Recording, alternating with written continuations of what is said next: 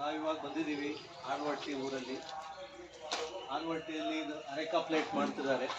So ಯಜಮಾನ್ರಿಗೆ ಕೇಳೋಣ, ಇದನ್ನು ಯಾವಾಗ ಸ್ಟಾರ್ಟ್ ಮಾಡಿದಿರಿ, ಹೇಗೆ ಮಾಡಿದಿರಿ ಅಂಥೇಳಿ. ಇದನ್ನು ಯಾವಾಗ ಸ್ಟಾರ್ಟ್ ಮಾಡಿದಿರಿ ತಾವು? ಇದು ಸುಮಾರು 2020ನೇ ಇಸ್ವಿಯಲ್ಲಿ ಪ್ರಾರಂಭ ಮಾಡಿದ್ವಿ.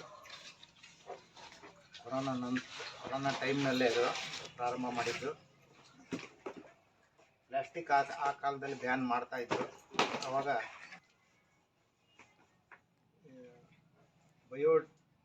ಬಯೋಗ್ರೇಡಬಲ್ ವಸ್ತುಗಳಿಗೆ ಡಿಮ್ಯಾಂಡ್ ಬರ್ಬೋದು ಅಂತೇಳಿ ಬೆಂಗಳೂರಿನಲ್ಲಿ ಮಗಳಿದ್ದಾಳು, ಅವಳು ನಾವೆಲ್ಲ ಸೇರಿ ಪ್ರಾರಂಭ ಮಾಡಿದ್ವಿ. ಇದನ್ನು ಈ ಹಾಳೆಗಳನ್ನು ತೋಟದಿಂದ ತರ್ತೇವೆ. ವರ್ಷಕ್ಕಾಗಷ್ಟು ಒಂದು 2-3 ತಿಂಗಳಿನಲ್ಲಿ ಅಡಿಕೆ ಗಿಡದಿಂದ ಪ್ಲೇಟ್ಗಳು ಹಾಳೆಗಳು ಬೀಳ್ತಾವು. ಅವನ್ನು ಆರಿಸ್ಕೊಂಬರ್ತೇವೆ. ಆರಿಸ್ಕೊಂಡು ಬಂದು ಒಣಗಿಸಿ ಇಟ್ಟಿರ್ತೇವೆ. ಈಗ ಪ್ಲೇಟ್ ಮಾಡೋ ಟೈಮ್ನಲ್ಲಿ ತೊಳಿತೇವೆ. ಇದನ್ನು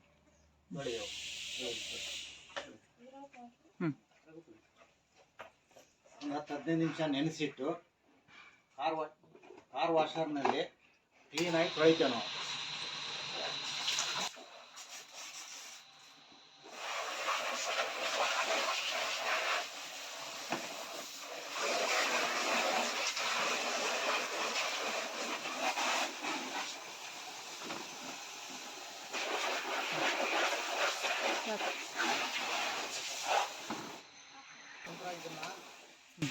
ಆನಂತರ ಇದನ್ನ ತಗೊಂಡು ಒಳಗಿಡ್ತೇವೆ.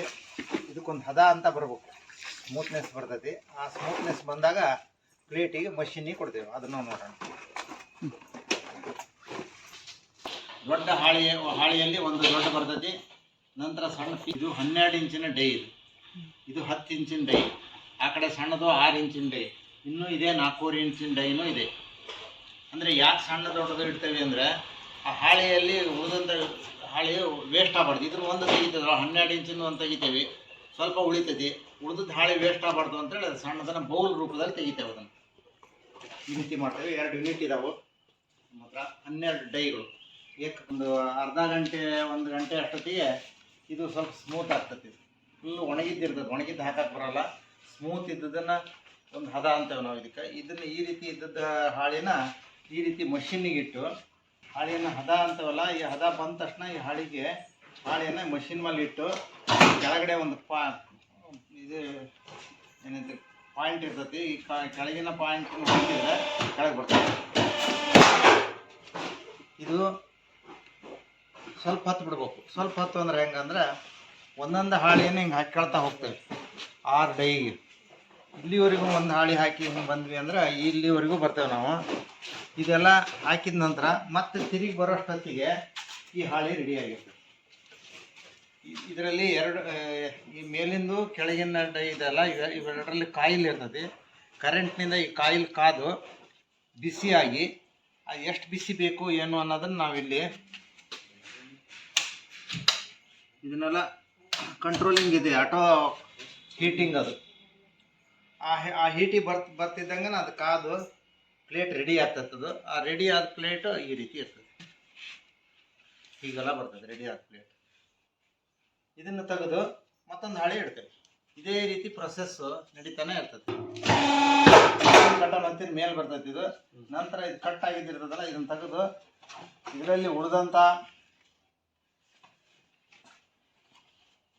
ಇದು ಸ್ಮಾಲ್ ಉಳಿದಿದೆ ಅದನ್ನು ಈ ಹಾಳೆನ ಇಂಥ ಸ್ಮಾಲ್ ಡೈಗೆ ಹಾಕ್ತೇವೆ.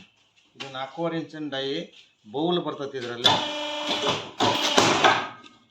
ಈ ರೀತಿ ಪ್ರೆಸ್ ಹಾಕತಿ. ಸ್ವಲ್ಪ ಹೊತ್ತು ಕಾಯ್ಬೇಕದು. ಅದು ಹೀಟ್ ಆದ ಪ್ಲೇಟ್ ಈ ರೀತಿ ಪ್ಲೇಟ್ ಆಗ್ತೈತಿ. ಇದನ್ನು ತೆಗೆದು ಈ ರೀತಿ ಪ್ಲೇಟ್ ಹಾಕೈತಿ. ಇದಕ್ಕೆಲ್ಲ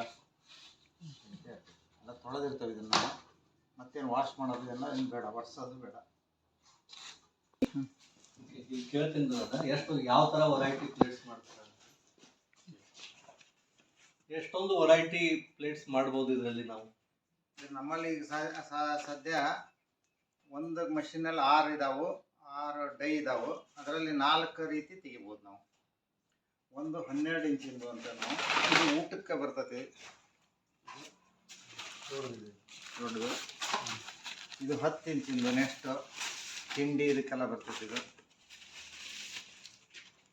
ಅದಕ್ಕಿಂತ ಚಿಕ್ಕದಿದು ಅದಕ್ಕಿಂತ ಚಿಕ್ಕದು 8 ಇಂಚಿಂದು, ಇದು ಸಹಿತ ತಿಂಡಿಗೆ ಅದಕ್ಕಿಂತ ಅದಕ್ಕೆಲ್ಲ ಯೂಸ್ ಮಾಡ್ಬೋದು. ಚಿಕ್ಕದು ಇದು 8 ಇಂಚು. ಅದಕ್ಕಿಂತ ಚಿಕ್ಕದು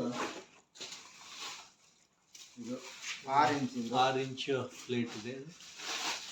ಇದು 4 ಇಂಚಿನ ಬೌಲ್, ಪೂಜೆಗೆ ಅದಕ್ಕೆ ಸ್ಮಾಲ್ 4 ಇಂಚಿನ ಬೌಲು. ಇದರಲ್ಲಿ ಹುಗ್ಗಿ ತಿನ್ಬೋದು ನೀವು, ಹುಗ್ಗಿ. ನಂತರ ದೇವ್ರ ಕಾರ್ಯಕ್ರಮಗಳಲ್ಲಿ ಉಪಯೋಗ ಮಾಡ್ತಾರೆ, ತಗೊಂಡು ಹೋಗ್ತಾರೆ. ಇದರಲ್ಲಿ ನಾವು ಫಸ್ಟ್ ಕ್ವಾಲಿಟಿ ಸೆಕೆಂಡ್ ಕ್ವಾಲಿಟಿ ಅಂತ ತೆಗಿತೀವಿ. ಇವೆಲ್ಲ ಫಸ್ಟ್ ಕ್ವಾಲಿಟಿ, ಆ ಭಾಗದಲ್ಲಿದೆ, ಅವೆಲ್ಲ ಸೆಕೆಂಡ್ ಕ್ವಾಲಿಟಿ.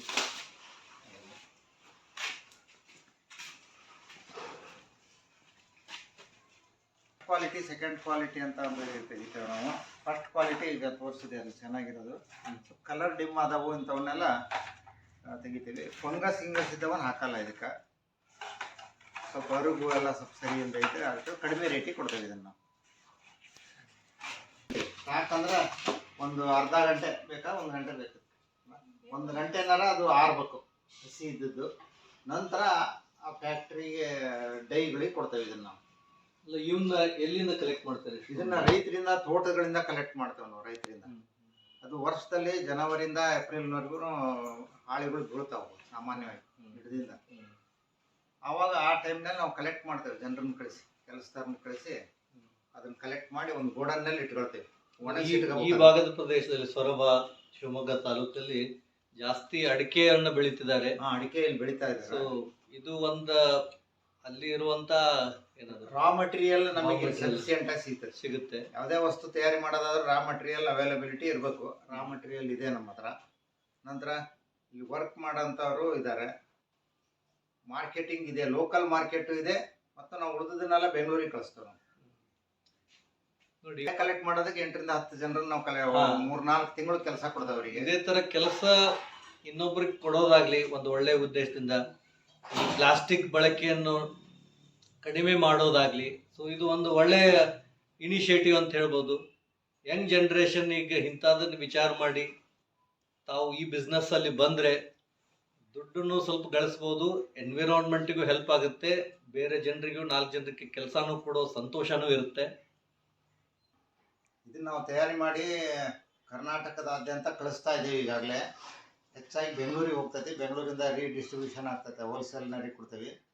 ಲೋಕಲ್ಲು ಸಹಿತ ಮದುವೆ, ಬೇರೆ ಬೇರೆ ಕಾರ್ಯಕ್ರಮಗಳಿಗೂ ತಗೊಂಡು ಹೋಗ್ತಾರೆ. ನಿಮ್ಗೆ ಯಾರಿಗಾದ್ರು ಬೇಕಾದರೆ ಮೇಲ್ಗಡೆ ನಂಬರ್ ತೋರಿಸ್ತಾ ಇದ್ದೇವಲ್ಲ, ಆ ನಂಬರಿಗೆ ಕಾಲ್ ಮಾಡಿರಿ, ನಾವು ಕಳಿಸೋ ವ್ಯವಸ್ಥೆ ಮಾಡ್ತೇವೆ. ಧನ್ಯವಾದಗಳು ಈ ಮಾಹಿತಿಯನ್ನು ಕೊಟ್ಟಿದ್ದಕ್ಕೆ. Thank you.